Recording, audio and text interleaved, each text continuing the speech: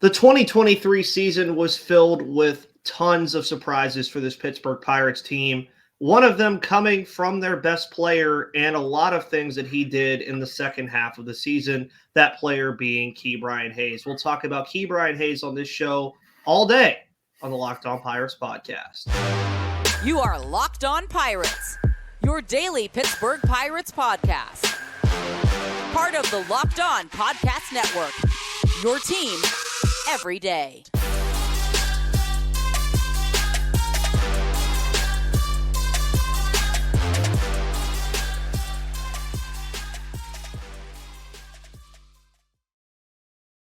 And welcome back to the Locked On Pirates podcast, everybody. My name is Ethan Smith, your host of this wonderful Locked On Pirates podcast here on the Locked On Podcast Network. You can follow me on Twitter right there at MVP_Ethan because I give you news, analysis, opinions, and reactions to everything going on about the Pittsburgh Pirates. And to my right, obviously, is another staple in the Pirates community. Our guest usually on every single Monday, but, you know, the off season, sometimes I like to give Gary a break from this show. That's Gary, of course, on the right. And Gary, as mentioned, I think it's pretty clear looking at that right side over there where all the stuff is that we're going to be talking about KeBryan Hayes as part of the player review series.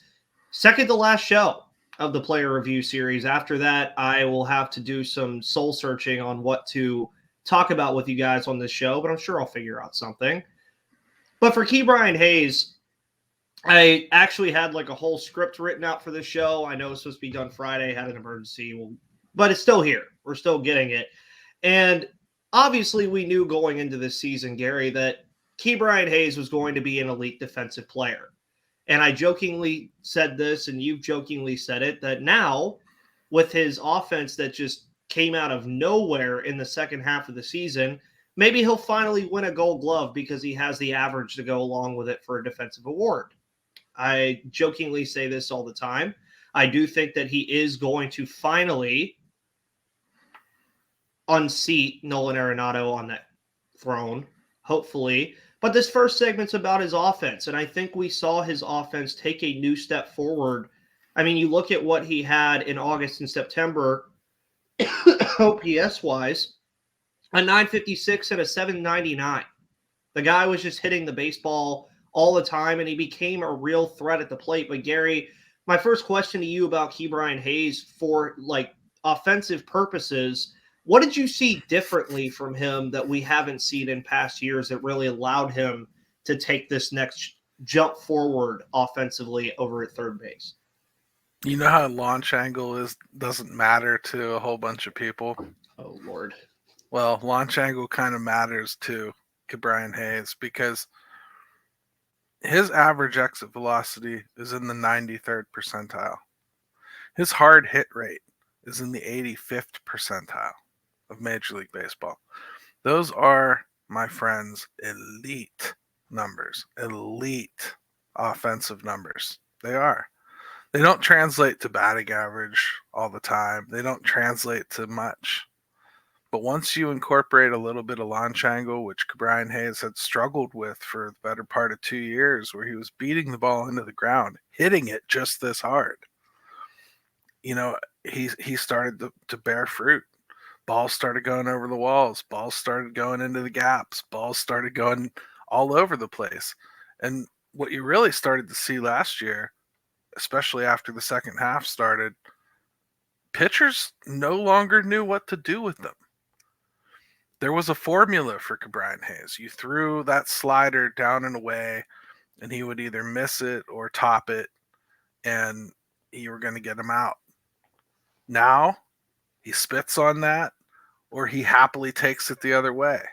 And if you try to bust him inside, he just pulls the hands in and rips it down the line. I mean, like, it's exactly what you hoped he'd evolve into.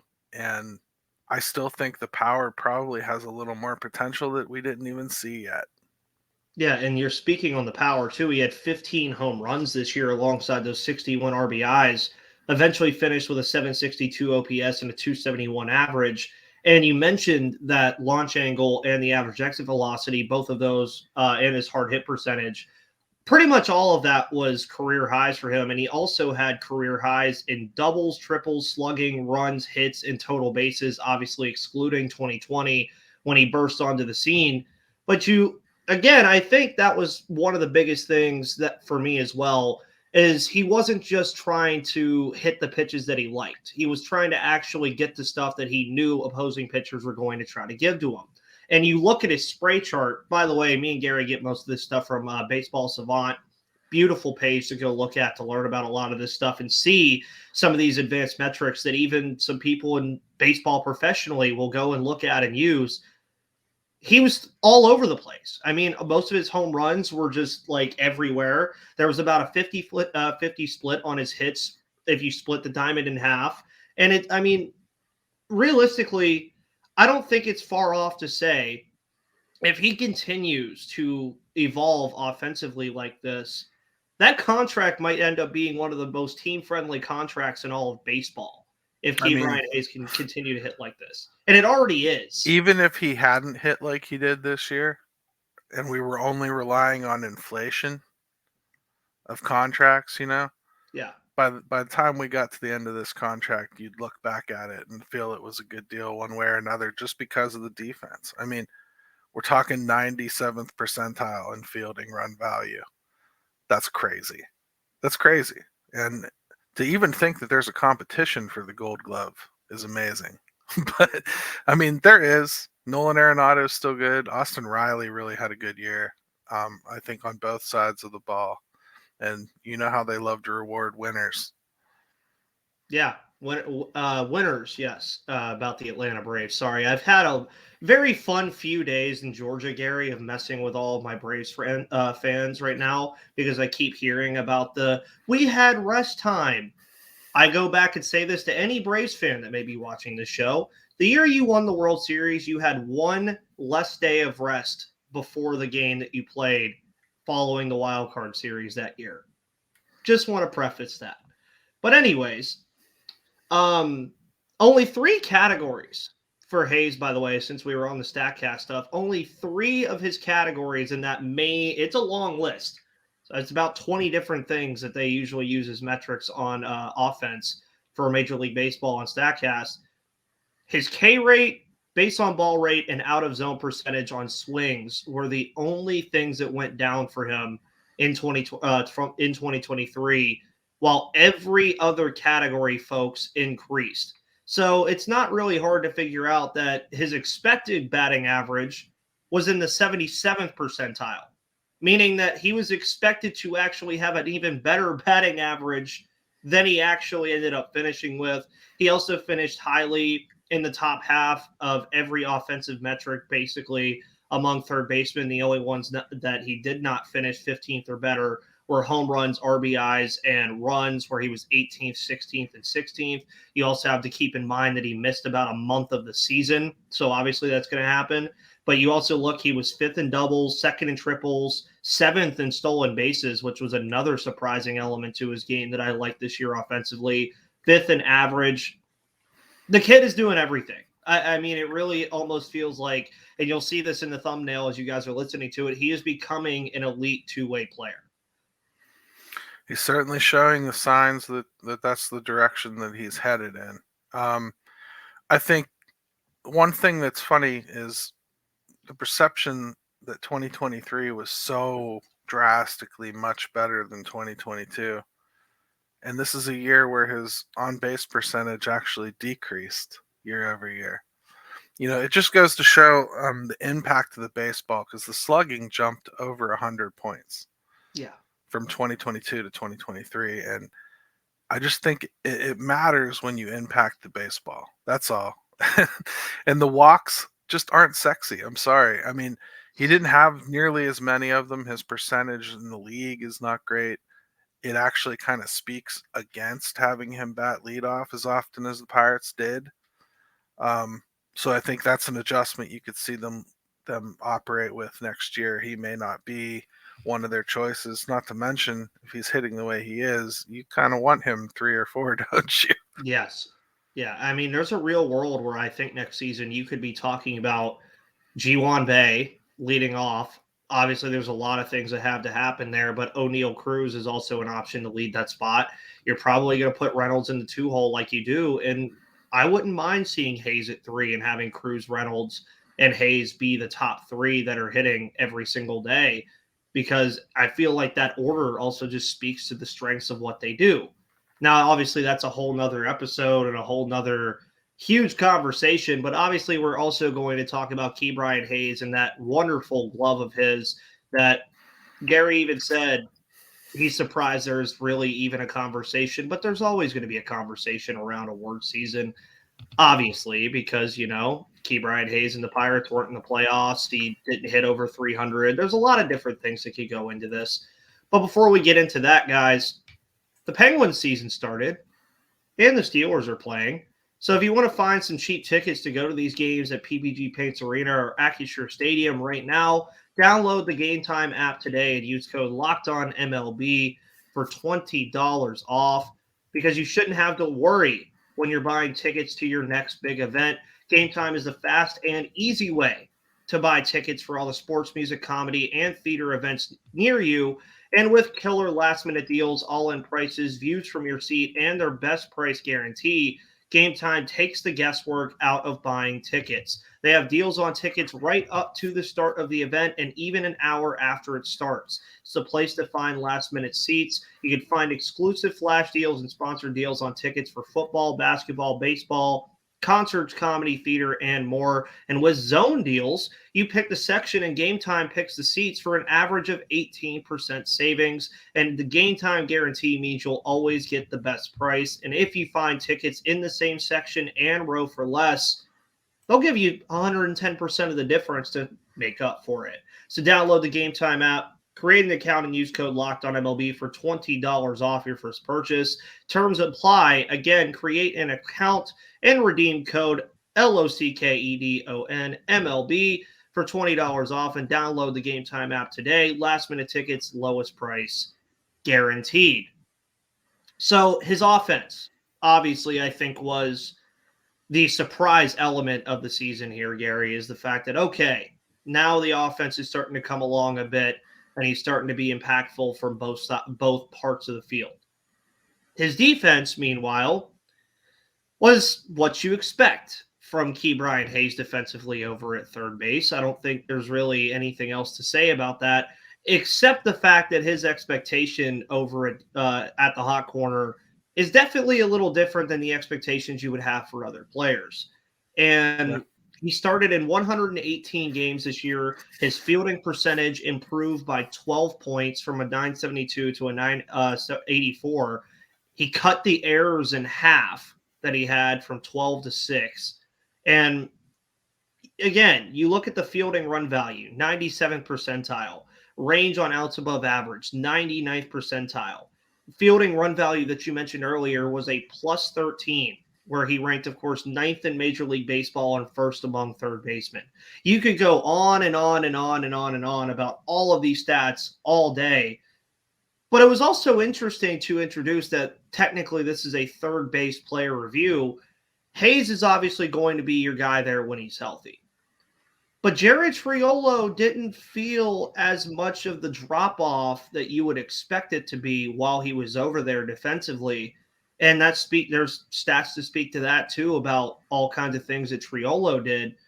But starting with Hayes again, I mean, just how important is his defense over there? I really just want to hear somebody else's, praise. It's crucial.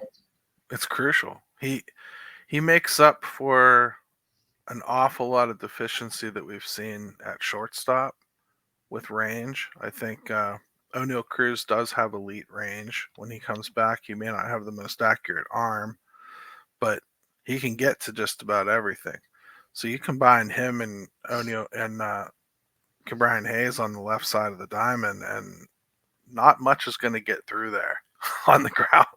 So I think it's an exciting element that I'm looking forward to see play together for an entire season. We haven't gotten to do that yet. But as far as Hayes goes, I mean, there's a lot of plays that don't even get factored into all this. You know, those ones where he just knows exactly where to be, or anticipates that a guy is going to drop one down, or knows that it's a good time to cut off the shortstop and take charge of the play, or he decides to start a double play that most people wouldn't even attempt. I mean, there's just things that KeBryan Hayes does that can't be measured. But when you watch him for an entire season, we are probably the only fan base in Major League Baseball, aside from maybe St. Louis, that could watch Jared Triolo play and find holes in his game defensively. That's how good Jared Triolo is. That's how exceptional KeBryan Hayes is. There are players like that just, this is their niche. Like, you're not going to beat them there. No. And also with Jared Triolo, who I've spoken about a lot through this player review series, I really see him moving into that utility role next year. I know there's a lot of things that can change in between that, but just the amount of defensive prowess that kid has and will probably never be talked about at length because he's on the same team as KeBryan Hayes. It's almost like if a receiver in the NFL is doing well, but he's on a team with like Justin Jefferson. It's like, yeah, he could do well all he wants, but he's not Justin Jefferson.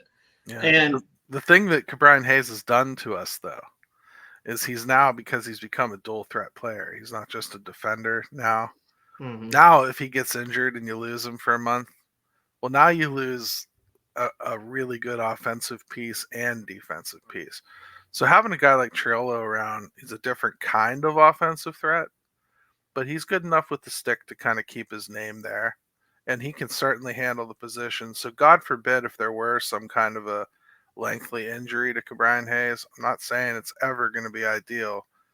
But, man, you cannot beat having a guy like that. And don't look now, but Jack Brannigan is, like, climbing up their backs. And he is a very good defender, too, at third base. And I mean, like, really highly rated good. Yeah, and for some reason, that seems like something the Pirates have always been able to do, is just like have a at least defensively inclined third baseman.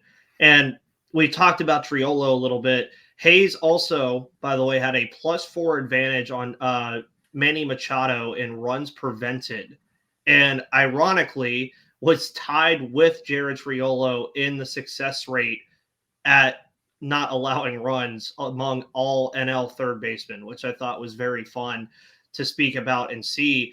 And Gary, a little trivia for you. Who was the last third baseman to win a Gold Glove in the National League that was not named Nolan Arenado? Oh, man. I can't remember the name. I'm sorry. No. It was Padres third baseman Chase Headley. Way back in 2012. That was right before the Pirates started having that playoff run.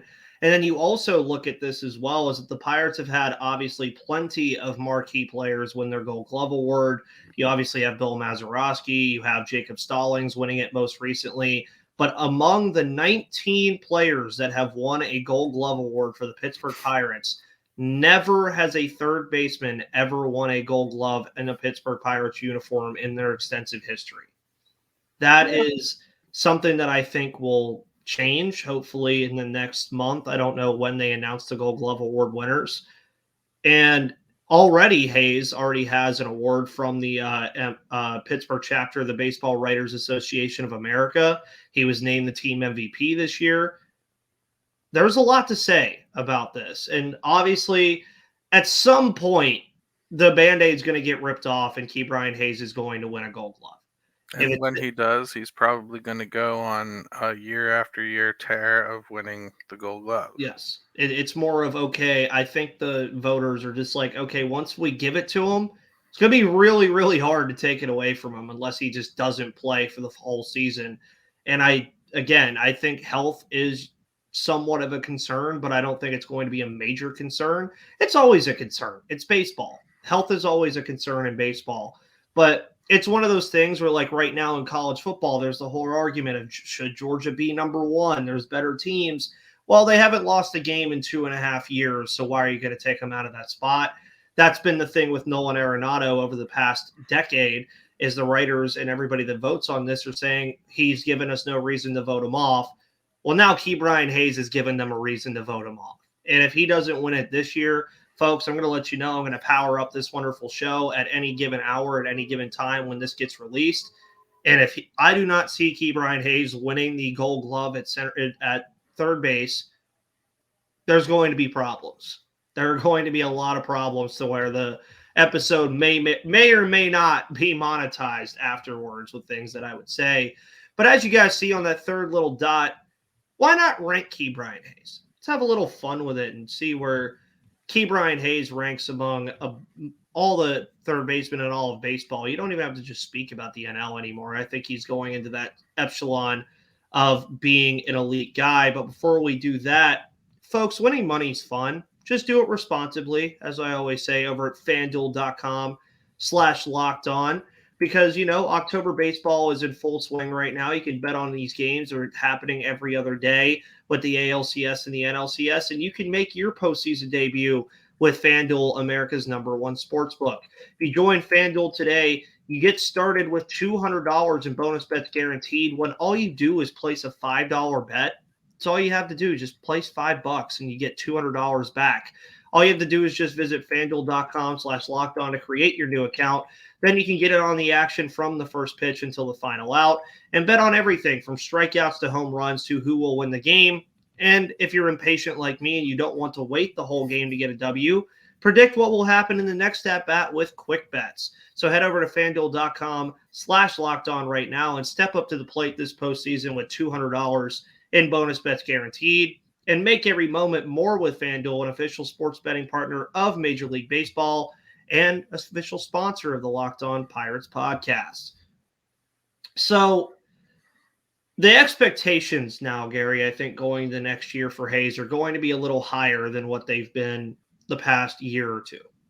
Now, I'm saying that in terms of all of the different factors that I think we expect from this Pirates team heading into next season. I mean, you're obviously expecting next year to be the first season where they really compete for the division and compete for a playoff spot. And KeBryan Hayes is integral to that in many different facets. I mean, you already mentioned his defense being an elite tool over there that helps fix some of the deficiencies that we've seen from O'Neal Cruz defensively and at other places around the diamond and everything. You also look at Brian Reynolds and O'Neal Cruz and KeBryan Hayes probably being your 1-2-3 punch moving forward. And you really want those guys to be their best because they have to be for the team to be the best around it. And you look at where he ranks among baseball, and I'm not going to go, this guy's number 1, this guy's number 2, but I don't think it would exactly be like child's play to put him around the names Manny Machado, Austin Riley, Alec Bohm, Nolan Arenado. I don't think it's that outlandish to mention his name along those guys anymore. I mean, some of those guys I probably wouldn't even mention. If I was doing a list, to be honest with you, like Alex Bohm wouldn't touch my list, to be honest. I mean, you're talking all around third baseman. So they got a field, they got a hit, right? So to me, that's Manny Machado is probably beyond his prime. I'm kind of done putting him on those lists. I think Nolan Arenado is towards the end of his arc as well. I think it's time to stop considering him the best of the best, at least all around. You have to put Austin Riley up there. You have to put Rafael Devers up there. Yeah. Gunnar Henderson's coming on. So like it's gonna be a challenge to be the best of the best in everything you do. But I like his chances to be up towards the upper echelon, top 2, 3, top 3, 4, somewhere in there. Especially if his bat plays like this. Yeah. And I also think next year, just on a prediction standpoint, it would not surprise me if he gets an all-star nod next year, if he comes out and plays like this in any sort form or fashion. Obviously the all-star game takes a little less of defense into account and more offense into account in the fan votes and all that other stuff. But again, if Hayes can come out and play like that offensively, I see no reason why he couldn't at least be a backup on the all-star team at third base because Machado and Arenado would get most of the fan vote. And Austin Riley also would probably get in there too. So it would be a bit of a difficult task, I think, for him. But again, I also preface everything we're saying here with the fact that, let's not forget, 3 months ago, people wanted to give up on KeBryan Hayes when Jared Triolo came on and said, oh, we should just give the spot to Triolo. He can at least hit. And then KeBryan Hayes came back and, as mentioned earlier, had like a plus 750 OPS in every month of the season down the stretch. And now, as you mentioned too, that has given the Pirates two things that are going to be very useful tools going into 2024 with their other needs that they have. You have the best defensive third baseman in baseball. You have a guy behind him who I really think could play all four infield positions if he really put his mind to it, in Jared Triolo. You mentioned Jake Brannigan. Where does he go if he eventually fits into the fold? There's a lot of different places that he could eventually end up with the glove and what he has to offer. But what I ultimately think, Gary, and I want your thoughts on this too, when you have a guy like KeBryan Hayes on your team who's defensively inclined, is improving offensively, naturally, don't you think that's going to make everybody else around him better? Oh, yeah. Yeah, I think you saw some results from the way he was hitting in Bryan Reynolds' approach at the plate, in particular towards the end of the season. Bryan didn't look like he was trying to win games on his own. And when Bryan doesn't look like he's trying to win games on his own, he tends to win a lot more games on his own.